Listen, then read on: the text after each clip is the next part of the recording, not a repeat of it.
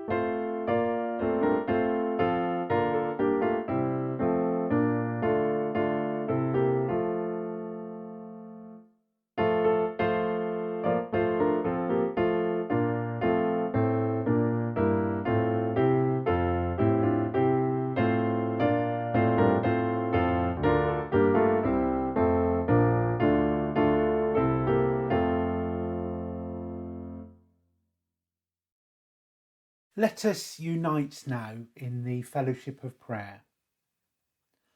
We give thanks for the love that brightens our lives, our love for one another, the love of God, love that flows throughout the world and all creation. May it be freely received when needed and freely given when required. We'll shortly have a few moments of quiet for your own prayers and reflections. And as ever, I ask that we remember those known to us that are sick, the bereaved, and those in any kind of distress.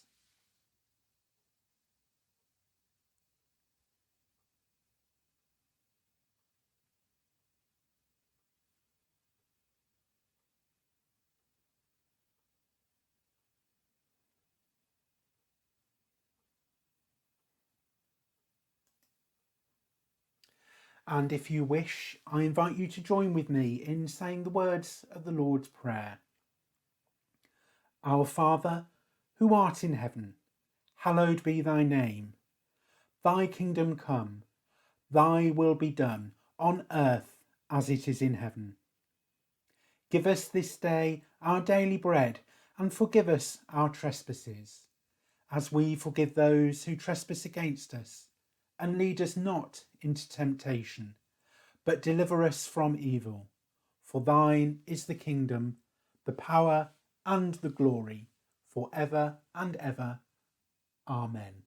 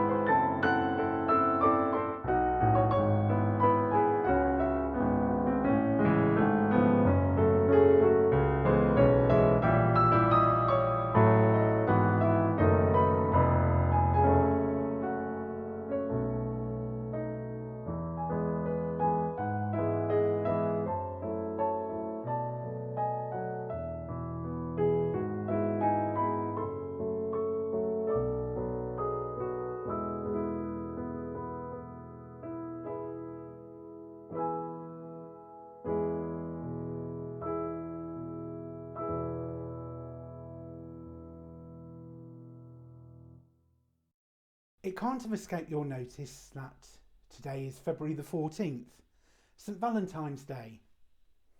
If you're as romantic as I am, then it probably passes you by without much attention. I can always hear my dad saying, why do you need a special day to show someone that you love them? You can do that every day. I tend to agree with him, but nonetheless, there was a St Valentine and today is his day. History seems to be a little sketchy about him, but from what I can tell, he was either a bishop or a physician. Maybe both. He is also the patron saint of epileptics, so it is a possibility. He was imprisoned and ultimately martyred for ministering to Christians against the wishes of the Roman Empire. The story goes that he fell in love with the daughter of his jailer and had notes to her smuggled out of prison, which he signed, "From your Valentine." Last year, I admit that I succumbed. I'd had an email from Hotel Chocolat. They get you hooked, and then they send emails that say beautiful things like salted caramel balls, 70% Peruvian cocoa beans, and 50% off. I don't remember exactly what this one said, but it was something along the lines of, why not treat that special someone in your life? And then there was a whole selection of temptation that was too good to resist. It seemed like a good idea. I was working in town that Saturday, so I went to the shop in the Bullring and came out with a big bag full of chocolates. I decided to really treat the person I love most in the world, and I've got to say, I really enjoyed them. Of course, there's much more to love than sending a card or buying a box of chocolates, although they're always gratefully received. For such a small word, it really has to cover a huge range of emotions and experiences. I don't know much about languages, but in the same way that the Inuits famously have around 50 different words for snow, I wonder if some languages have many different words for love in all its various forms. After all, there's much more than just the kind of love that caused St Valentine to have letters smuggled out of prison to the lady that he loved. There is that special kind of unconditional love between parent and child. The love that we have for our family and our friends, our pets. I always feel that sense of warmth and security of being somewhere familiar and safe is a kind of love. Love is a basic human need. It's something that we're all looking for from the moment that we're born. A need to feel a connection, that someone, somewhere, cares about us. It's also very much a two-way street. There is something powerful about being able to give something of yourself to another person, whether it's in the context of a relationship, or simply a kind word or deed to someone we know, or even a stranger. In our reading, St Paul talks a lot about all the good attributes of love. It's patient, it's kind, it's forgiving. What he doesn't say is that it's also not easy. It's love that means we sometimes spend sleepless nights worrying. It's love that makes us feel bad when we fall out with someone we care about. It's love that can make it so painful when we have to say goodbye for the final time. Sometimes it's about doing the right thing rather than what we would really like to do, if we know deep down it's for the best for everyone concerned. And let's be honest, some people are just much easier to love than others. Personally, I find it very challenging to think of someone in a loving way or give a kind word if they've just cut me up on a roundabout. And love is not always the four-letter word that springs to mind when someone hurtles past me on the pavement on one of those electric scooters that seem to be everywhere at the moment. And patience isn't always one of my best qualities either. I may be British, but I hate queues and I don't drink tea. I'm a work in progress. Maybe the hardest person to love is ourselves. None of us are perfect, but if we can accept our own flaws and limitations, maybe it might make it a bit easier to do the same for others. Ultimately, it's our experiences of love, both good and bad, that shapes who we are, makes us human. It's our source of empathy and compassion, and also brings joy and light into our lives, helps us to connect with each other, ourselves, and the divine. Unsurprisingly, we talk a lot about the love of God. There are 4 hymns in our Red Hymn Book alone that all begin with the 3 words, God is love. If they all use the same tune, it would make my life easier, but where's the fun in that? Being a Unitarian congregation, I'm sure that if I asked you all what God meant to you and how you experience the love of God, I'd get a whole host of different answers. Some of you might envisage a physical entity pouring love down from above. For others, it may be something more abstract. Perhaps you are more like me and have lots of questions but no easy answers and are simply trying to keep an open mind. I experience the love of God as something that both comes from within and is also all around us.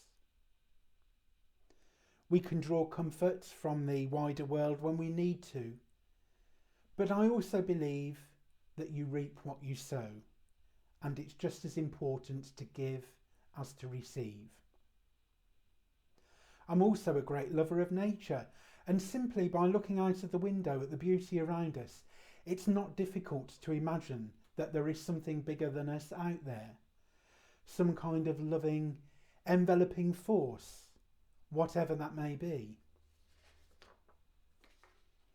If I'm pushed, I describe myself as being happily single. But that doesn't mean I don't value the relationships I have with family and friends. At some point, I think we all need that connection with others. I've heard so many people say recently that they are missing just being able to go out and visit someone, or to go out for a meal or a coffee. I am too. That connection with the outside world is something very important to us. I don't know about you, but for me, it's perhaps not even so much that I want to go out and socialise. It's the fact that I can't, even if I want to, that I find difficult to live with. In all honesty, I do find lockdown difficult to come to terms with, as I'm sure many of you do. And deep down, I'm struggling to contain a sense of resentment and sometimes anger towards the government and authorities that our lives are being disrupted in this way. But in writing this, I'm starting to realise that they are coming from a place of love. They're making that difficult decision to do the right thing, although it may not be what any of us wanted. As I've said earlier, love isn't always easy. We're blessed to be part of a loving community, and I'm so thankful that the technology exists to keep us in touch, even though we may be isolated physically. There have been so many acts of kindness, both from within and outside our community over the last 12 months, and that's where I really see the love of God and the love of humankind. No matter how small they may seem, they all count and they all make a difference. Sometimes we might get on one another's nerves or not see eye to eye, but we're still there for each other when it matters. I think that's the meaning of true love. It seems only appropriate to end this short talk today with the covenant that we share with each other frequently on a Sunday. Love is the doctrine of this church. The quest for truth is its sacrament, and service is its prayer. To dwell together in peace, to seek knowledge in freedom, to serve humankind in fellowship, to the end that all souls shall grow into harmony with the divine.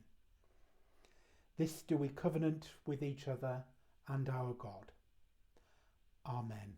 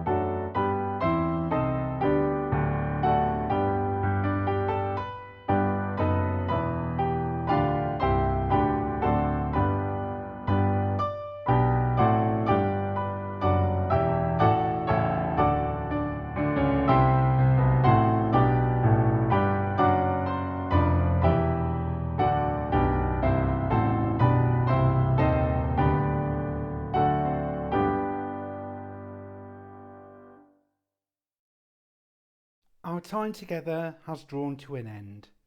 As it was lit, our flame must now be extinguished, but may its message of hope, unity and fellowship remain with you for the week ahead. Amen.